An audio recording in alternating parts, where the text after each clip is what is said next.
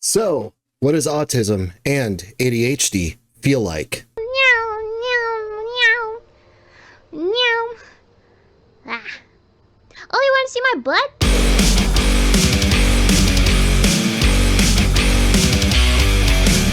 All right, this is Eros with www.unhappybanana.com, and today we're going to dive into what autism and ADHD combined feels like to me. I'm not an expert. I'm not going to say that I'm speaking for the autistic community because we're all different. Obviously, that's why there's a spectrum, the autistic spectrum, this big mysterious spectrum of stuff.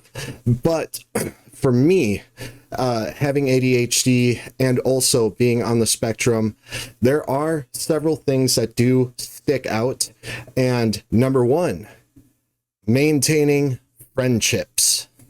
When it comes to maintaining friendships, I'm considered what most people would think is a bad friend or a shitty relative. What I mean by that is most people will communicate on a daily basis, sending pictures of their food and everything, checking out what their daily feed is, and wanting to share this shit with everybody that they know.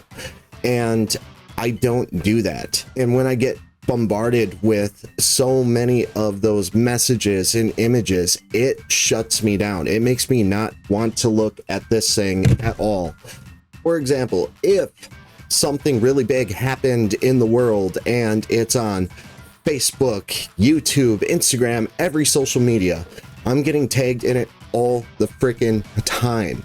And when I see the same thing over and over again, and most of the time I don't even look at whatever it is because it's irrelevant to me. I don't care what so-and-so's dog did. I don't care what celebrity may or may not have died, whether it's truthful or not.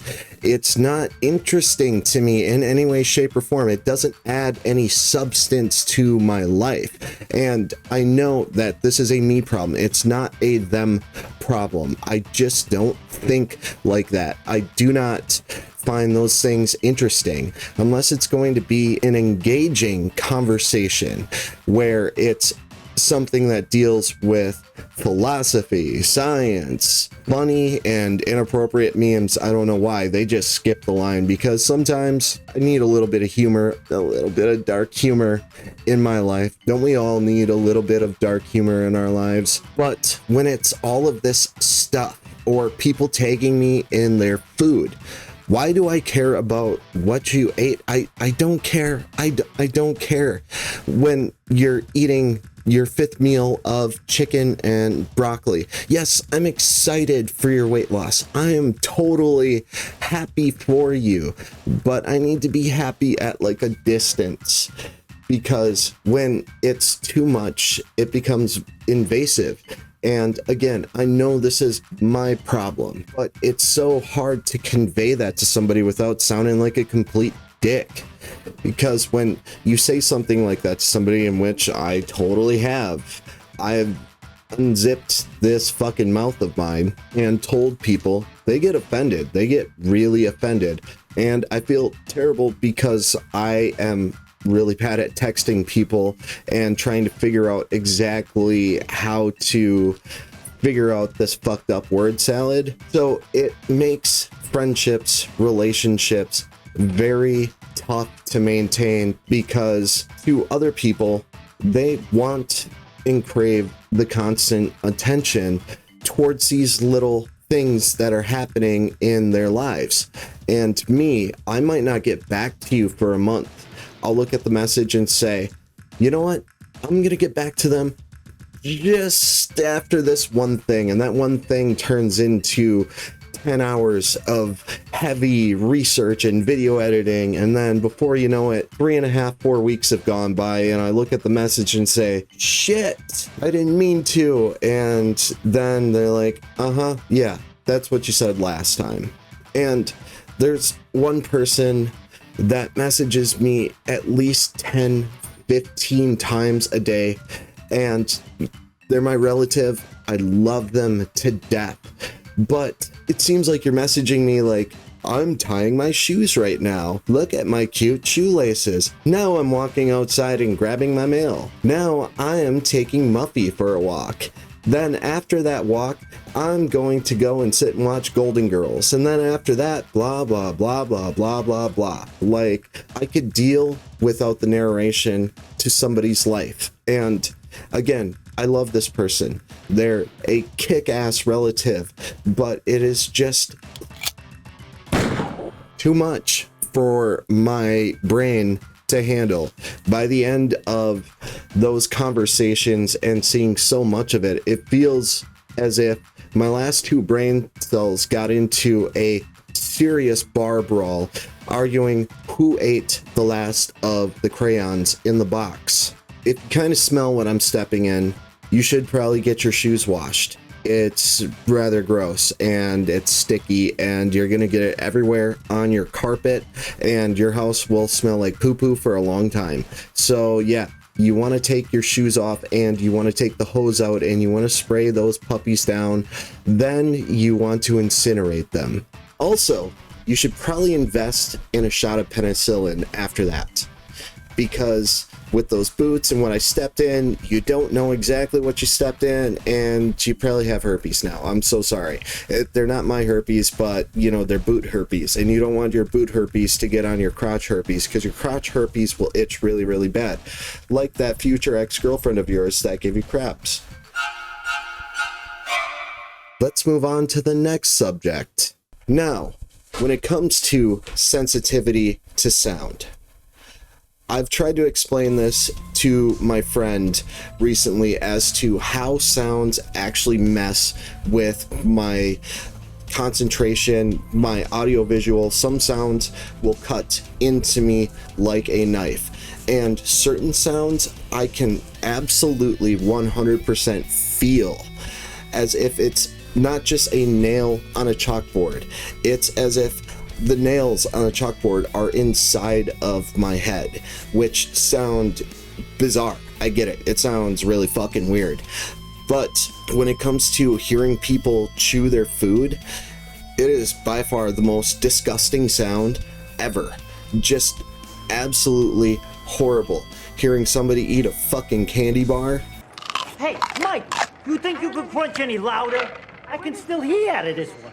I can hear almost everything in high definition audio, and when it comes to metal scraping or clinking, forks, or things that echo, such as the restroom. Public restrooms are one of the most terrible places to try and take a piss for me, because if there's too many sounds going on and you've got Junior son of a bitch over there just screaming his head off because he doesn't want to go poo or he pooed his pants, and you have the mom there all like, oh, it's okay, and then you have all of these extra sounds going on, I honestly cannot piss in a public restroom when there's just too much. I'll purposely wait until there's not enough people, or I'll find an alternative bathroom way off in the middle of bumfucked Egypt, or I might occasionally piss myself. You know what? There's nothing wrong with that. I've probably pissed myself more as an adult than I ever actually have as a kid. And you know what? Just because you wet the bed a little bit as a kid doesn't mean that it stops as an adult. It's okay. It's a part of life. And then eventually, when you're in a nursing home or something, somebody's taking care of all that stuff for you, you could just continuously piss yourself and somebody else will just clean that shit up. I'm really sorry to all you CNAs that I just offended right there. Sounds really do affect the way that I'm able to do things. They cut right into my concentration, and some sounds, and I'll go back to my autism testing, is that by the time I left that place, because they purposely had sounds that were there to piss me off and to set me off, I was actually crying rocking back and forth. I left crying. I'm not kidding. I drove home with tears in my eyes. And it's really awkward when you got a 220-pound dude like myself crying in the car because the sounds were fucking my ear holes. It's a bad look. It's a bad look for me. As you can imagine, it makes everybody uncomfortable, like a little extra uncomfortable and stuff. Also, when it comes to ASMR, why are there all of these thoughts out there that are licking microphones? And why is your tongue on the microphone? Why are you licking it? Nasty bitch. Ugh.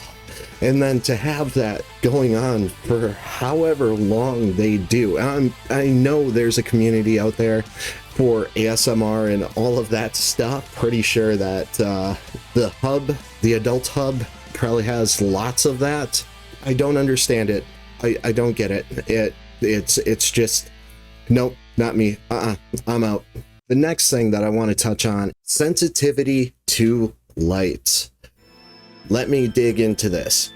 One example when it comes to sensitivity to light that really seems to be a daily struggle for me is when I'm out driving. I'm going to pick on truckers specifically here. This may sting a little bit when it comes to driving at night and having somebody in their big fuck off jacked up truck behind me, and they always ride my ass. Here's the thing, they always ride my ass, and their headlights are directly in my rear view mirror, just fucking my eye socket at this point in time, and not in a good way, not in the way Dad used to do it. But when these headlights are there, they're always riding my ass, and I slow down on purpose just so they get the message and turn down my rear view mirror so that they could maybe tell that I'm visibly pissed off to drive around me, which most of the time happens. Besides the fact that you're overcompensating for something due to the size of your truck, which is overtly obvious, I very much dislike having those bright lights in my eyes. It almost gives me an instant headache. It's as if I could feel the light punching me in the fucking face. Maybe this is harsh criticism. I get it. You worked really hard, you got a truck, and you want to show it off, and also too, you want to ride somebody's ass. I just sometimes feel like pouring gasoline on your face, lighting it on fire, and putting it out with a fork. There's nothing insane about that at all, is there? You might be wondering, where does ADHD play a role in all of this craziness of my life? And Money on my motherfucking mind. Cop 5 haircuts at the same time.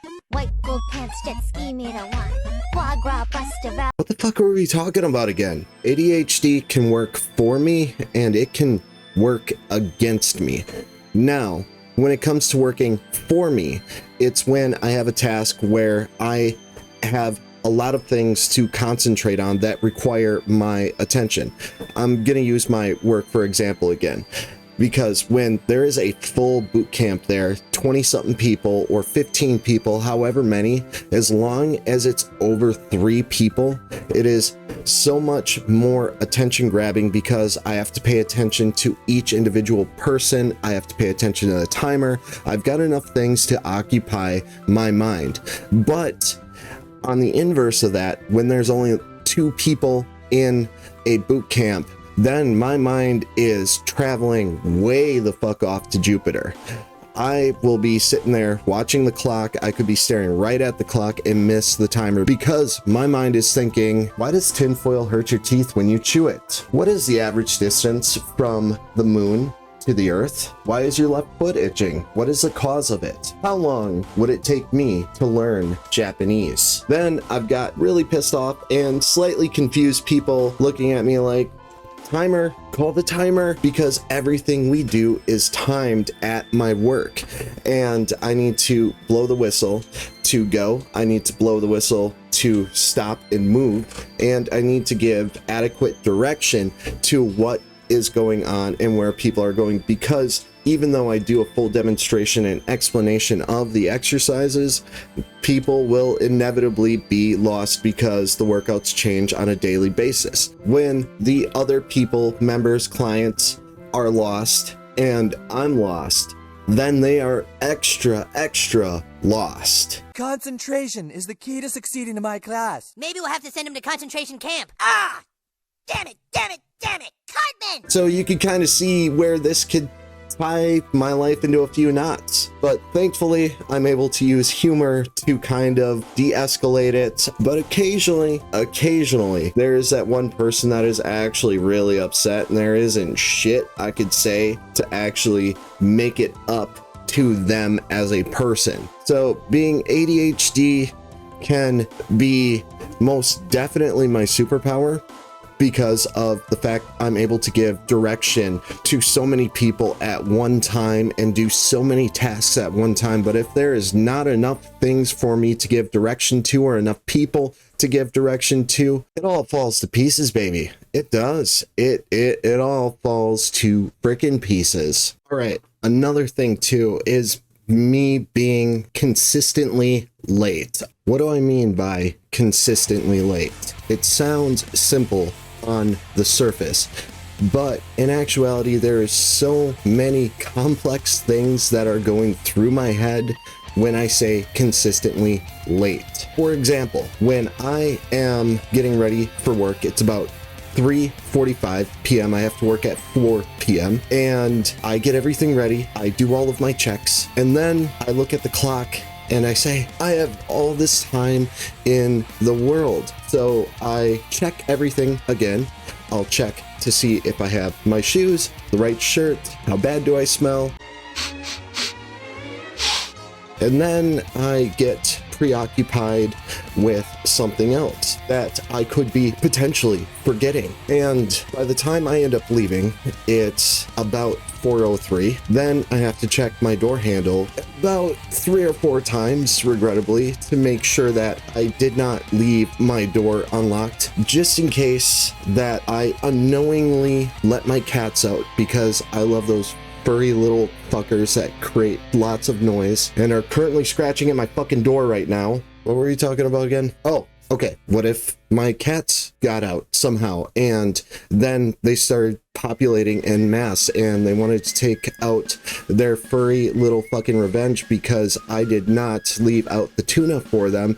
Then they had no resource for tuna to get that extra sustenance, and decided to populate and create an army of angry, pissed off cats. And who knows, they could have taken over France. Most definitely could have taken over Canada, that's for sure. It wouldn't take a whole lot at this point in time. I don't want to be the reason why we end up getting into World War III because I left my door unlocked, and that seems rather reasonable. Then, as I stroll up to the parking lot, trying to see if anybody there is in the parking lot or I recognize anybody's car. It's about 4:07 at this time. It takes me 2 minutes to get to work. Then, as I see if nobody's in the parking lot, I think to myself, I'm in the clear. I got away with it. Today is gonna be a good day. But if somebody's there waiting by the door impatiently, which occasionally happens, I immediately think, shit, I really need to get my stuff together, check my eyebrows, make sure everything's looking good. Game face time.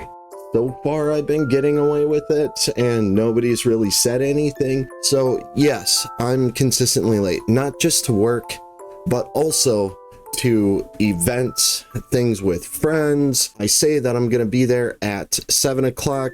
I really actually mean 7:30, and this is a continuous problem. It happens almost daily. There are very few times that I am not at least a little bit itty bitty teeny tiny late. Fucking liar! Another thing is having troubles with communication. When it comes to most other autistic people, they usually have the inverse problem that I do. Most other autistic people that I've seen or spoken to have troubles communicating in person, whereas they feel more comfortable over text or writing out their thoughts. But I put it into practice so much with my job doing personal training, group fitness training, all of that stuff where I'm communicating with people on a daily basis about all kinds of stuff. typically fitness related, obviously, duh. But my job is not fitness primarily. It is actually getting involved in these people's daily lives. When it comes to text messaging, I am awful with it. I dislike text messaging with a passion. Recent example is Facebook dating. I have so much trouble on messaging somebody something, and it's not that the start is hard, it's that I send way too much information in a short span of time. Then I'll get a response maybe like an hour later, which seems rather reasonable when you're just pouring your heart out to somebody, like giving them all of this love vomit, and they respond with, okay, I get where you're coming from. And then I'm like thinking to myself, what are you saying okay to? I have no idea what thing you're saying okay to. What part of what I said was okay? What part of what I said was not okay? People don't typically tell you what it is that they had a problem with. They give you a one word or a one sentence answer, and then I'm left wondering what the hell I did wrong. What did I do wrong? So I have to have this little pep talk with myself. Yo, dude, what did I do wrong? No, dude, you didn't do anything wrong. Really? Yeah, man, really, you didn't do anything wrong. I never thought of it like that. Plus, she probably has crabs. You know what? I think you're on to something really good here. This can be revolutionary for me. When it comes to communication, most people don't actually say how they fucking feel. And I don't understand why. I tell people how I feel in depth all the time in person, but it's because I built up something called rapport with these people over Facebook dating. I haven't built any rapport. They just look at my pictures and say, swipe right or swipe left. And when they swipe right and we start this conversation, and I like it because I read people's bios. They say, love to have a real conversation with a real man. But when that conversation only goes into surface levels, how is the weather fucking talk? I don't really consider that getting into the core of the human being. And that's probably not just with women, it's probably with men too. Probably this generation of being able to hide behind the computer and not actually have to or want to or even have the need to tell somebody your true thoughts and feelings. Good talk. And look, these are just some of the things that I struggle with on a daily basis, like reading people over messages, paying attention to stuff, overthinking everything. Lights, sounds, camera, action. But when it comes to all of this stuff, it may seem like they're small, or maybe it's all in your head. Well, obviously it's in my head. I mean, autism starts with the thing right between your freaking ears, but all of these things adding up can really take it out of you. And a lot of people don't understand that, and they probably never will.